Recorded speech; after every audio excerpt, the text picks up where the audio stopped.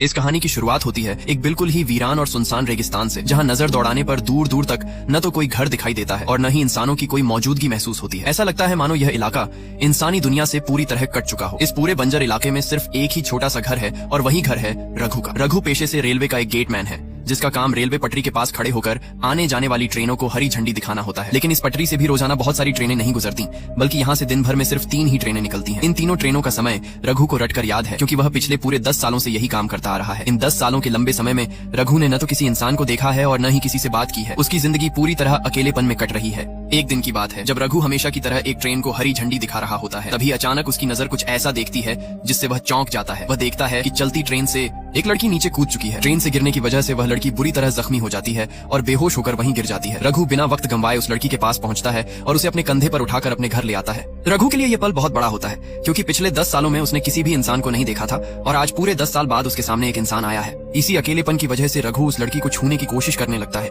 लेकिन तभी अचानक उस लड़की को होश आ जाता है। सामने रघु को देखकर वह लड़की पूरी तरह डर जाती है। लड़की अपना नाम चैताली बताती है। रघु उसे शांत और नरम आवाज में समझाता है कि तुम ट्रेन से गिर गई थी, इसलिए मैं तुम्हें उठाकर यहाँ ले आया। बाहर बहुत तेज धूप थी और अगर वहीं छोड़ देता तो तुम्हारी हालत और खराब हो सकती थी। इसके बाद रघु उससे पूछता है कि आखिर तुम ट्रेन से गिरी कैसे। चैताली बताती है कि वह अपने पति के साथ सफर कर रही थी। जब वह टॉयलेट गई तो वहाँ 2 लोग आपस में झगड़ रहे थे। उसने उन्हें रोकने की कोशिश की, लेकिन उन दोनों ने मिलकर उसे ही ट्रेन से नीचे धक्का दे दिया। चैताली आगे कहती है कि इस वक्त उसका पति बहुत परेशान हो रहा होगा और उसे हर जगह ढूंढ रहा होगा। शायद वो कभी भी यहाँ पहुंच जाए, लेकिन उससे पहले मुझे किसी तरह उनके पास वापस जाना होगा। तब रघु उसे समझाता है कि इस जगह से कई मील दूर तक कोई बस्ती नहीं है, न कोई सड़क है और न ही आने जाने का कोई साधन। अगर तुम्हारे पति तुम्हें ढूंढते हुए आएंगे तो उन्हें आखिरकार यहीं आना पड़ेगा, इसलिए अभी तुम्हें यहीं रुकना चाहिए। लेकिन चैताली रघु की बात मानने को तैयार नहीं होती और अकेले ही रेगिस्तान की गर्म रेत पर चल पड़ती है। वह काफी दूर तक चली जाती है, लेकिन चारों तरफ बस रेत ही रेत दिखाई देती है। न कोई घर नजर आता है और न ही कोई इंसान। तेज धूप और थकान की वजह से उसे चक्कर आने लगते हैं और वह फिर से बेहोश होकर जमीन पर गिर पड़ती है। तभी हम देखते हैं कि रघु चुपचाप उसका पीछा कर रहा था। जैसे ही चैताली बेहोश होती है,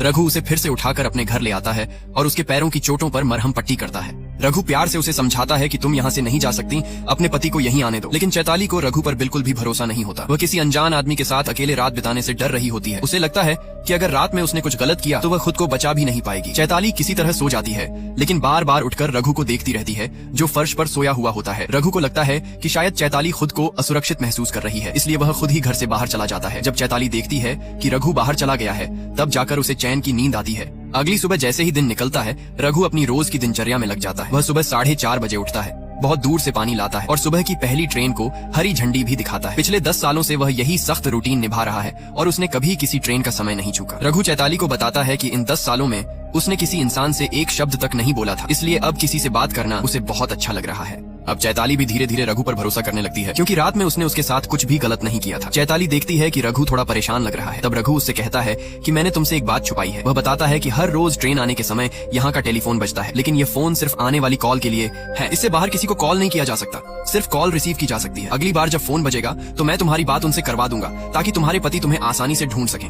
थोड़ी ही देर में फोन सच में बज उठता है। रघु जैसे ही चैताली के बारे में बताने वाला होता है, तभी चैताली अचानक फोन काट देती है। इसके बाद चैताली सच बताती है कि उसे ट्रेन से किसी ने धक्का नहीं दिया था, बल्कि वह खुद ही ट्रेन से कूद गई थी, क्योंकि वह अपने पति से भाग रही थी। वह बताती है कि वह खुद एक मनोचिकित्सक है और उसने अपने पति का ही इलाज किया था। इसके बाद चैताली अपना फ्लैशबैक सुनाना शुरू करती है। वह बताती है कि कुछ साल पहले सिंचू नाम का एक मरीज उसके पास आया था। वह गहरे डिप्रेशन में था, क्योंकि उसकी पत्नी ने आत्महत्या कर ली थी। ये सदमा सिंचू बर्दाश्त नहीं कर पाया और वह पूरी तरह टूट चुका था, इसलिए चैताली ने उसका इलाज शुरू किया। लेकिन यह केस आसान नहीं था, क्योंकि यह चैताली का पहला बड़ा केस था। उसने सिंचू को बहुत ज्यादा समय और ध्यान देना शुरू कर दिया। धीरे धीरे सिंचू ठीक होने लगा और दोनों के बीच अच्छी दोस्ती हो गई। चैताली ने उसे इतना वक्त दिया और सिंचू भी अब ठीक हो चुका था, इसलिए दोनों एक दूसरे को पसंद करने लगे। कुछ समय बाद दोनों ने शादी कर ली। चैताली के घर वाले इस शादी के खिलाफ थे, क्योंकि सिंचू पहले मानसिक रोगी रह चुका था और उन्हें डर था कि वह फिर से बीमार पड़ सकता है। लेकिन चैताली ने किसी की नहीं सुनी और सिंचू से शादी कर ली। शादी के कुछ समय बाद ही सिंचू का असली चेहरा सामने आने लगा। वह चैताली के साथ ऐसा व्यवहार करने लगा जैसे वह फिर से पागल हो गया हो। वह उसे बुरी तरह मारता पीटता था। नशा और ड्रग्स उसकी रोज की आदत बन चुकी थी और उसके बाद चैताली को मारना भी। चैताली पूरी तरह टूट चुकी थी। सिंचू ने उसकी जिंदगी नर्क बना दी थी। अब कहानी फिर वर्तमान में लौटती है। चैताली अब रघु पर पूरी तरह भरोसा करने लगती है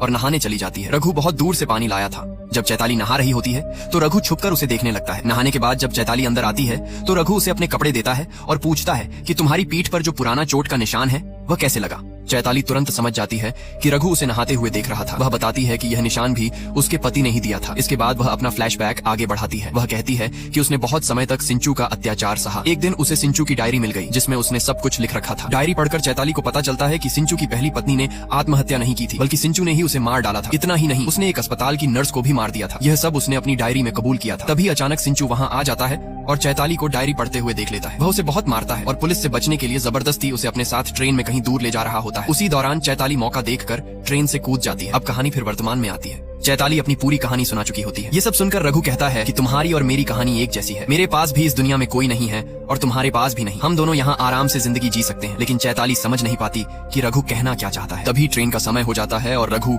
झंडी दिखाने चला जाता है। इस दौरान चैताली घर संभालने लगती है। वह रघु के लिए खाना बनाती है और कमरे की सफाई भी करती है। सफाई करते समय उसके हाथ कुछ ऐसा लग जाता है कि वह सन्न रह जाती है। उसे पुराने अखबारों की कटिंग्स मिलती हैं जिनमें लिखा होता है कि एक आदमी ने 4 लोगों की हत्या कर दी थी और फरार हो गया था। चैताली को यह भी पता चलता है कि रघु ने असली रघु की पहचान चुरा रखी है, जो पहले इसी लेवल क्रॉसिंग पर गेटमैन था। ये सब जानकर चैताली चाकू लेकर रघु की तरफ बढ़ती है, लेकिन रघु शांत आवाज में कहता है कि डरने की कोई जरूरत नहीं है, मैं तुम्हें पूरी सच्चाई बता देता हूँ। इसके बाद रघु का फ्लैशबैक शुरू होता है। वह बताता है कि उसकी माँ ने उसके लिए एक लड़की पसंद की थी। पहली ही मुलाकात में उसने उस लड़की को अपनी सच्चाई बता दी। जिस लड़की से उसकी शादी हो रही थी उसका कोई बॉयफ्रेंड नहीं था और वह शादी के लिए तैयार हो गई। शादी के कुछ महीनों बाद उसकी पत्नी ने अपने एक कजिन को घर बुला लिया। उसके पास खेत थे और काम में मदद चाहिए थी। कुछ समय बाद रघु एक बच्चे का पिता बन गया और फिर कुछ सालों में उनके 2 बच्चे हो गए। एक दिन उसकी पत्नी ने कहा कि अब और बच्चे नहीं चाहिए, इसलिए तुम नसबंदी करवा लो। रघु डॉक्टर के पास गया, लेकिन डॉक्टर ने बताया कि नसबंदी की जरूरत ही नहीं है, क्योंकि तुम तो शुरू से ही बाप बनने के काबिल नहीं हो। यह सुनकर रघु को गहरा सदमा लगा। जब वह घर लौटा तो उससे भी बड़ा झटका उसका इंतजार कर रहा था। उसकी पत्नी और उसका कजिन एक साथ थे। तब उसे सब कुछ समझ आ गया। उसकी पत्नी का अफेयर था और दोनों बच्चे उसी कजिन के थे, यानी उसकी अपनी कोई फैमिली थी ही नहीं।